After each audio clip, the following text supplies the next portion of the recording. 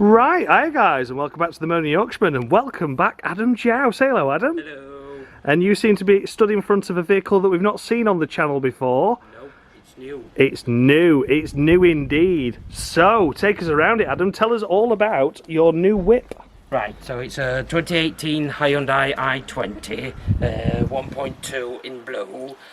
Basically, it's my daily runabout replacement. I had a 2014 Ford Fiesta before, which had only just passed through this year's MOT. So yeah, there was a few bits on it that were like gonna start being costly. So even though it passed the MOT, yeah, and I could have to get it ready in the next few months, it was going to be too expensive, really, and not really worth it for what type of car it is. No, and the bodywork on it were like crap, basically. Yeah, if you've got some pictures, Adam, send them in, and I'll pop them here somewhere so you can see. Yeah, I'll send them, And basically, I just started looking anyway, like after collecting my car back, and I just found this on like a local dealer near me, so it just came up at the right time. Right place, right time as always, isn't it? Yeah, indeed. So this is very much space age in comparison to the car you've had, because it's got quite a lot of features that your other car didn't, hasn't it? Yeah, such as cruise control, 4 electric windows, a touch screen. That's the first car I've had with a touch screen. With a touch screen, eh? So it's kind of like I've moved into the modern age, and I've still got a taste of classic with my Focus. Yes, this is still here. However, there doesn't seem to be a Fiat Coupe on the drive anymore. Yeah, but it's just been a bad year with my cars, so I had to. My Fiat Coupe failed its MOT.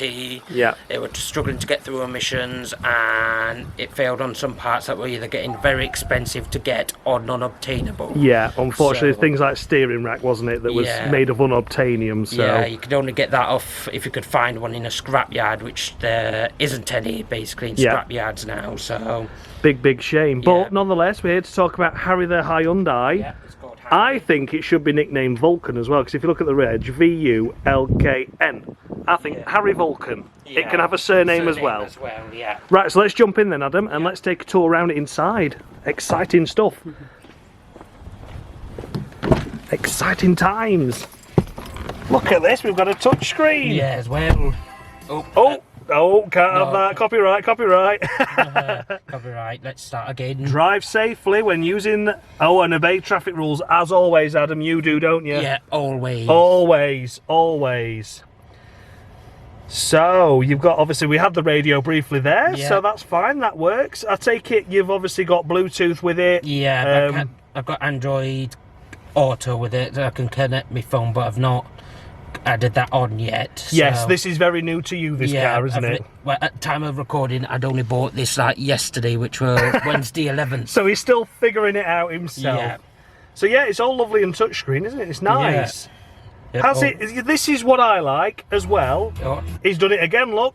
This is what I like. You've got a touchscreen for your entertainment system. Yeah. But your main functions of blowers, speed settings and heat are all actual dials. Yeah. And that's what I think every car should be. Yeah. Absolutely. Yeah, because I were in a 2022 VW Golf once, and it was all just on a touchscreen. Yeah. Even the settings for the vents, they were all like touch buttons and everything. It was just like, how am I supposed to manage this when I'm driving? Yeah, you're never going to get the muscle memory to work it because you'll be on a different page. And I've always argued about that. I'm fine having an entertainment system if it's for non-essential stuff, like your radio, like your sat-nav, connecting your phone and stuff, fine. But these always need to be like this. So if any car manufacturers are out there listening, Hyundai have got it right here. Have bloody switches, buttons and dials for the important things. Yeah, everything that you need. And I say it's got the right balance here, like touchscreen entertainment, as you said, but all the knobs and switches for the heating and everything. Yeah, for exactly what you need. Yeah. And down here's like some charging ports and like a USB charging for your phone. You can put that in for an MP3 player and an auxiliary as well. And like, that's it's called the SIG lighter, but even though it isn't anymore. Yep, and a nice bit of storage space. You can put your phone in there. Yeah, that's nice and handy. So you can stick your phone on charge, pop it in there. That's nice and easy. We've also got chunky gear. We've got a proper handbrake as well, which in a 2018 car is a rarity. It must be said, but again, I like it that it's got the things like electronic handbrakes are brilliant when they work, and then when they don't work, the car's stuck in gear, then you have to go underneath the car and faff about disabling it. That is perfect. I like this. This is very nice. 5-speed, not 6 as well, which modern day cars tend to be 6 now. But it's like nice and roomy in here. I've got loads of leg room. I take it the seat can go further back as well. Further back and forward and forward. I've got loads of room. Look at that. My feet go missing. I feel it's bigger than my old Fiesta and everything. So yeah, it's definitely got more space. And glove box, nice and big. No big fuse box there blocking the way. That tends to happen with a lot of cars. I've had a quick look through the manuals and all that. The infotainment system is nearly as thick as for the rest of the car thing. I bet. Although it's got mixture of languages in, so we'll have to learn how to set it into Russian one day or something. That's lovely. Door pockets are nice and big. Got electric windows. All 4. All 4 electric windows. This one's So what we got on the steering wheel then, Adam? There's the phone controls there. I did have that on the Fiesta, but I've never really used them. Right. That's for changing radio stations. You can and volume and change radio stations there. Over there that's the cruise control. First car I've ever had with cruise control, so I've read about it. That's to start it up, and then you just slide up and down for setting the speed, and then that's for different mode on the cruise control. So I told you, cruise control's a life changer. I've got it on the BMW and it's fantastic. Once you get to learn how to work it, and the main thing is about cruise control is once you press the brake pedal or press any pedal, just disable, so don't worry about it. It's not going to take over your life. Fair enough. So in terms of everything else then, what we've got in there, we've got a little bit of a usual dials, but then we've also got a centre bit as well. That's all your service information and mileage in the middle, isn't it? So it's mileage, fuel range and temperature range. Don't know if it's got different screens or if it's just that. I've not figured that out yet. Exactly, still very new. I'm sure you'll come across loads of other things. Everything else is still the same, basically it's still got the... Still got chunky buttons, and the usual, front and rear wipers, so that's pretty much similar to any car, so which is good, because everyone's used to it. It's the familiarity straight away, isn't it, with the essentials, absolutely. This way, electric, adjustable door mirrors, so... Nice and easy. So one way that way and the other way for the passenger one. And obviously driver gets all the switches. That's the rear one. Nice and easy. And likewise, that's the driver one. Passenger front. So you're pretty much in control at the front. And the rear. And the rear's perfect stuff. So I'm going to jump in the back now and see how roomy it is in the back. Let's have a look and see. I'm going to do it with the seat fully back as well, see how much leg room I've got, even if there's a me in front. Now obviously, as you can see there, that's quite tight, but I can put the seat quite far forward. But this is, if you see for me, this is in my driving position, and even I can fit still behind the driver's seat. So and you got headroom as well. There you go. I'm going to put this seat forward a little bit and see how much room I've actually need. Couldn't quite manage it. Again, nice and easy though, and I do feel like things like seats should just be on runners. You know, not the electric nonsense. I mean, my RX-8's got electric nonsense, and I'm not a fan. They can easily break, I think, as well. Oh, I mean that's loads of. Look at this. I'm 6 foot chuffing 5. Look at that. That's nice. That. Plenty of headroom. We've got a nice rear light in the back as well. Grab handles. Jesus handles, as I like to call them. I mean, plenty of headroom. Even headroom for me. I mean, I'm tall, but even I've still got a couple of inch there to play with. And you get a bit more of a better view of the front from there as well. It's a very spacious car, and it doesn't look massive from the outside either, does it? No, it looks still a small car, but I know I can tell from, compared with my Fiesta, this is a bigger car slightly. It might only be a couple of centimetres, but it has made a difference. To passenger room. So, very happy with how this is. So, Brill, let's go on and take a look at the boot then. I think it's one of those cars, isn't it, that is just very practical. Just underrated as well, because of the badge and badge snob. Oh my God, that's massive. Yeah, bigger than Fiesta as well, and yeah. I mean, it's got quite a big lip, hasn't it? That's probably the only negative. If you're pulling anything heavy out, you've got to lift it quite away, but it is quite huge. Yeah, and one thing it has over the Fiesta, a spare wheel. Wow, look at that. I mean, it's only a space saver, but that'll at least get you out of trouble. Yeah, so at least it's got something, you know. And it looks like if you wanted to get a proper tyre, it's got the size for a proper tyre. Yeah. You know, a proper rim replacement if it does go wrong. Obviously, Hyundai offered either a full-size one or the space saver in case of that. So yeah, that's a good idea. And then that's how you lift the seats up then, or is that an ISOFIX point? Oh, that's ISOFIX for the... yeah, that's a good idea, that. Yeah. For the child seats. Yeah. Yeah, that's plenty big enough. Shall I try and get in the boot, Adam? Yeah. I mean, if I can fit in here... Oh, yeah. Maybe not quite. No, maybe you have to squeeze. I'm not going to put my leg in because I don't think I'm going to have. But that's not bad. No, indeed not. That's not bad. You know, if I were dead, you'd get me in, wouldn't you? Yeah. Yeah, that's not a bad size at all, that. Yeah, indeed. Shall we have a look at the engine? Let's take a look underneath then now, so I nearly fitted it. Nearly.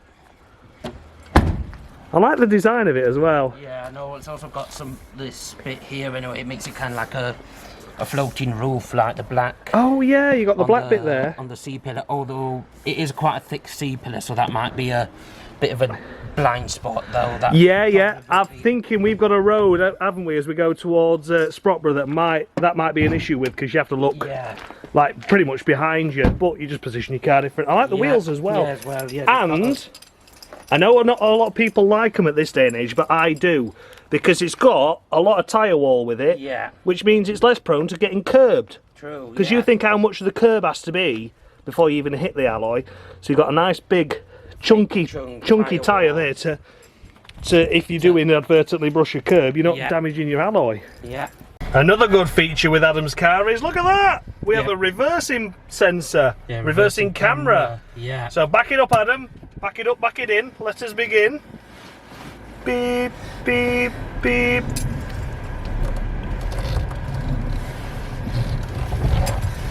Lovely. Ooh, yep. There you go, and then we're into first gear. There's my car. Hello. Hello. So we're now behind the wheel of Adam's lovely new Hyundai, and as you can already probably tell, it's very quiet. Yeah. It seems to be very quiet anyway, doesn't it? Quiet and smooth, and not much road noise. I mean, we're doing 40 there. Yeah. Yeah. It seems lovely. It seems to be driving really nice, really smooth. No knocking, no banging, which is crucial. Yeah. And how's it feel to drive, Adam? Yeah, it feels very comfy and very direct. I know where the steering wheels are pointing. Yeah. As I said, it's very light steering. Yeah. But it's not like, it still has some feel enough that you know what it's doing and everything. Yeah, yeah. So brakes are very sharp and responsive. Yeah. Yep, and we go around this corner. Yep, and it's very good round the corners and all that. I'll put my foot down there. It responds really well. Yeah, it's obviously not like a fast car and all that. But no, obviously not. No. Yeah, but I think now that I've driven it a bit more compared with a Fiesta, it does feel faster, even though it hasn't got any more power than what that had. It probably isn't, but it just feels it. Yeah, which is, you can't explain how something feels, can you? Yeah. Doesn't matter what things say on paper at times, it's just basically the feel of a car. Yeah. And so long as a car of this, you know, calibre, and what it's meant to do is be a daily, as long as it's got the power to pull you out of junctions and out of roundabouts and things, then it does the job, doesn't it? Yeah, it seems to do, and everything. Oh, there you go, we've got the traffic management on. There we go. Yeah. We're through the little windy sections now. Yeah.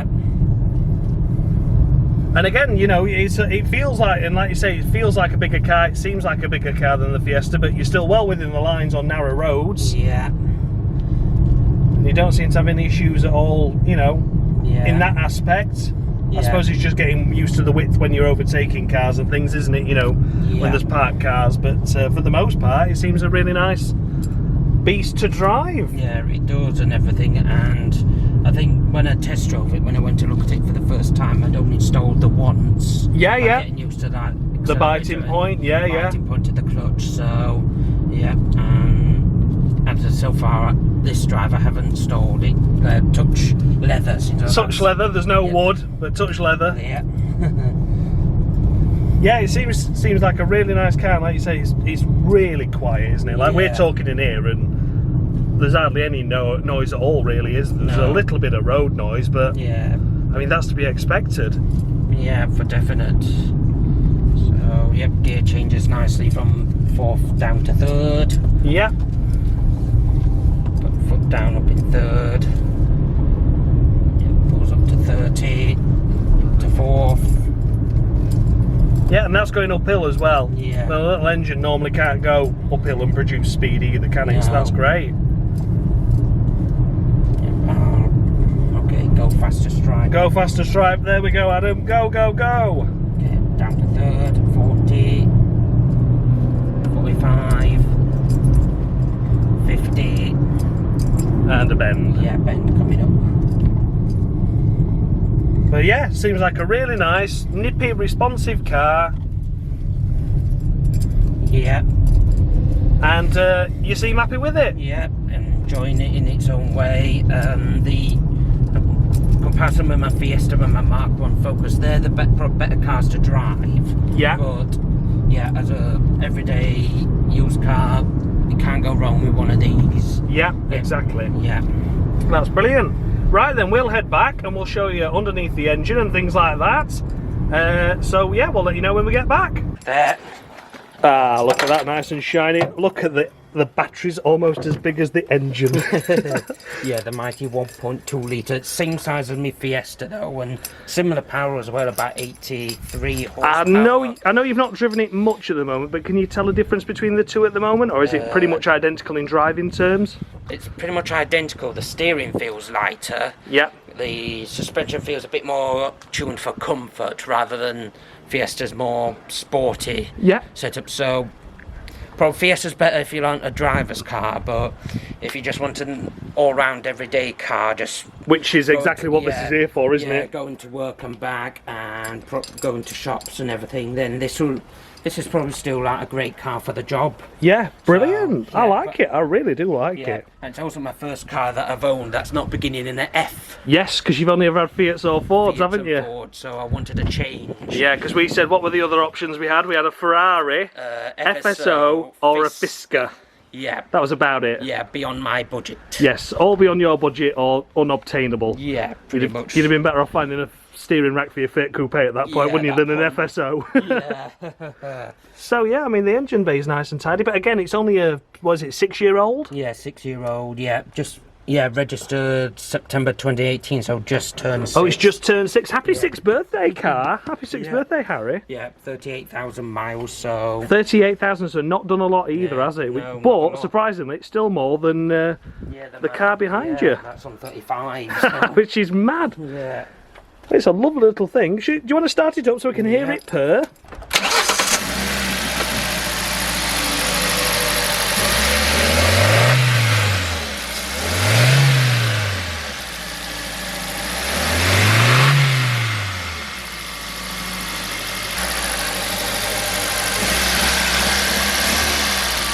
Ticking over quite nicely, isn't it?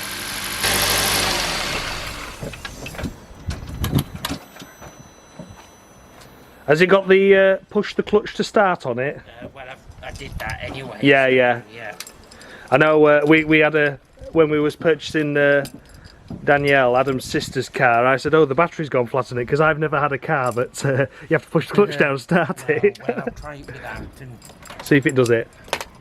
You have to push the You have to push the clutch, there you go, look. Yeah, push the clutch. Push the clutch, there you go. Yeah. I suppose it's a nice way, you're never going to just suddenly judder forwards then, are you? True. So there you go, that is Adam's brand new, to him, Hyundai i20. First thoughts on it, Adam, you're very happy with the purchase? Yep, very happy. It's very comfy and that enjoyable in its own way car to drive. Yeah. Not the most sporty like the Fiesta, but still a good car. Yeah. Yeah. And I think it's also, but there's not, don't see as many around as say Fiestas or Corsas. Yeah, again, it's example. the badge, isn't it? Yeah. People just choose the badge over the actual, what you get value for money. It's like you see more Volkswagens than you do Skodas, even though they're pretty much the same car, and you get more spec with the Skoda for less, but that's how it works, unfortunately, this day and age. So thank you very much for letting us have a look around your car, Adam. I really do appreciate it, buddy. No and we'll have to do, I said we'd do a roundup on this car, didn't we? After a few years of ownership, now that's coming through, so we'll have to do a review on this one after a few months as well, which will probably end up being a few years, but you're going to be keeping it for the long term now, aren't you? Yeah. There's no reason to get rid of it, so yeah, thank you very much for showing us around it, Adam. And there we go. Thanks a lot for watching, guys. And as always, much love. Take care.